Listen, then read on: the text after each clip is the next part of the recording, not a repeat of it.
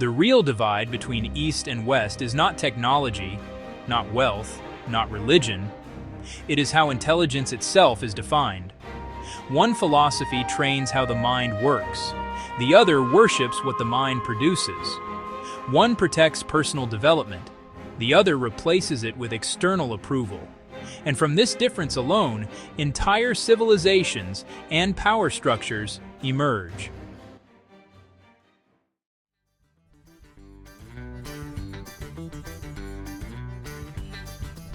In some traditions, intelligence is measured by how you think, not just by what you achieve. If your conclusion is wrong, but your reasoning is deep, sincere, and conscious, your mind is still considered alive. In many modern systems, results dominate. If it works, it's right. If it fails, it's wrong. Even if the thinking behind it was borrowed, shallow, or unconscious. This difference shows up early. A student who reasons deeply but gets the answer wrong is often marked as failing. A student who memorizes and repeats correctly is rewarded, even if they don't understand. Over time, two mental cultures emerge. One trains awareness, the other trains performance. And that difference doesn't just shape education, it shapes power.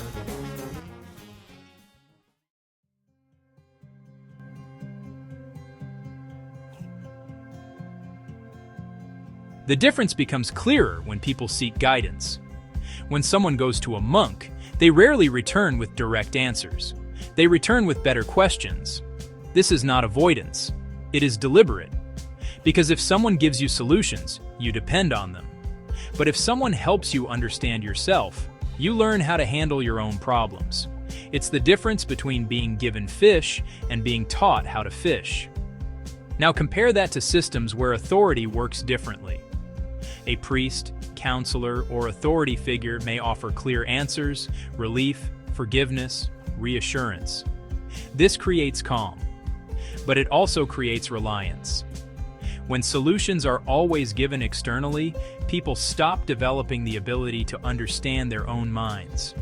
And because no single solution fits every human being, dependence eventually becomes a problem. One approach builds personal development, the other builds conformity.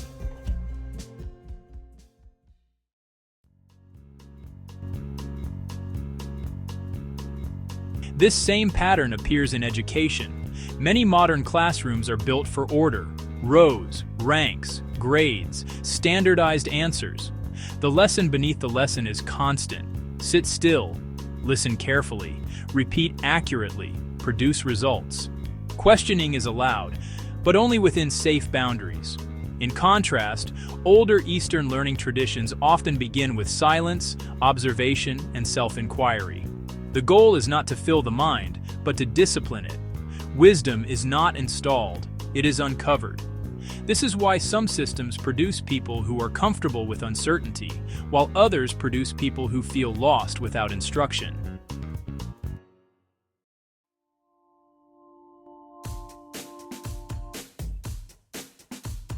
Power is not only taught through words, it is taught through space. In many Western institutions, authority stands in front, above, or apart. The teacher faces the class. The priest stands elevated.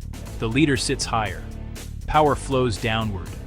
But in monasteries, and in Islamic traditions when stripped of politics, the structure is different. People sit in circles. The teacher is within the group, not above it. An imam does not forgive sins. He does not act as a gatekeeper. He guides people toward God and teaches them how to seek repentance directly. Even in prayer, the imam turns his back to the congregation, a physical act of trust. These spaces train the mind differently, not to obey blindly, but to participate consciously.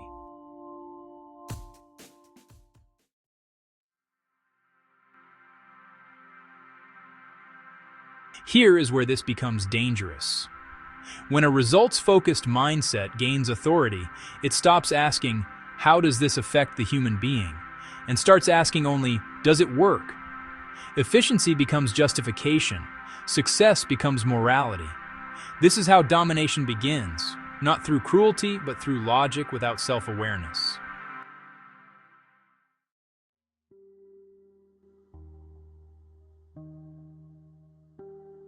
Africa is not the topic here. It is the evidence.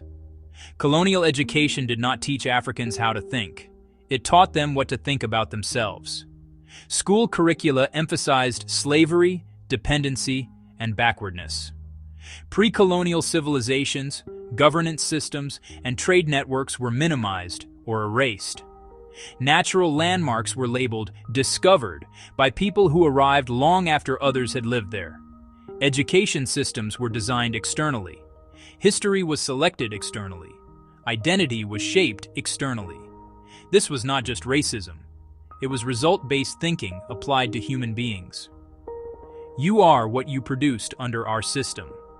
Mental occupation followed physical occupation.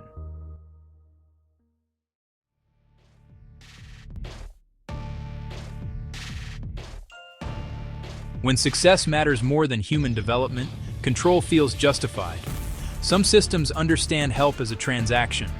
Build this, trade that, repay over time. The relationship is clear, business-focused, and once the deal is made, interference stops. Other systems treat help as an outcome to manage. Support comes with conditions. Policies must change. Institutions must align, not because help is bad, but because it comes with expectations about how people should behave. As the saying goes, the hand that receives slowly becomes dependent on the hand that gives. This difference isn't moral, it's structural. In one model, helping is exchange. In the other, helping becomes influence. Historically, when this results-first logic gained power, it produced colonial systems. Not out of hatred, but because domination worked. Cheap labor, more resources, aligned populations, especially in times of conflict. Results without consciousness justify domination. Colonialism and condition-based aid are not intentions. They are side effects that appear when result thinking gains power. Systems focused on results intervene deeply.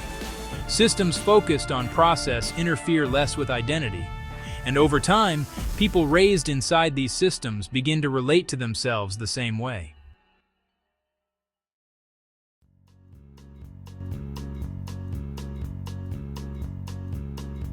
Modern systems excel at scale, speed, and innovation, but they often neglect meaning and balance.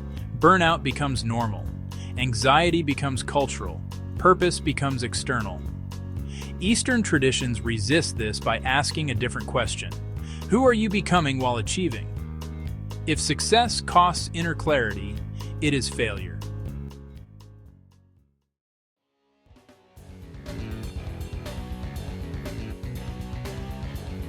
Any belief system becomes dangerous when reflection is replaced with obedience. In many Western religious structures, belief means compliance and doubt is treated as weakness. In Eastern traditions, and deeply within Islam, reflection is sacred. Humans are trained to self-assess, to look within themselves as much as they look at the world around them. The Quran repeatedly asks, "Will you not reflect?" That is not submission to authority. It is submission to truth.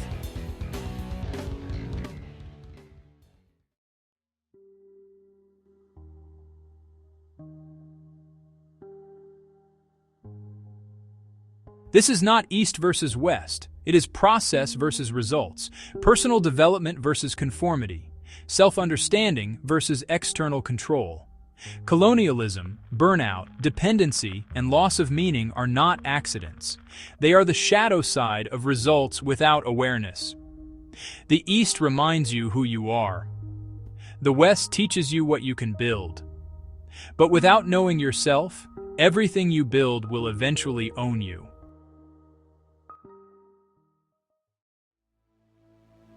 If you want to better understand the conditioning shaping your life, subscribe, like, and share The Conditioned Mind, so others can question it too. Thanks for watching. Don't forget to like, share, and subscribe for more.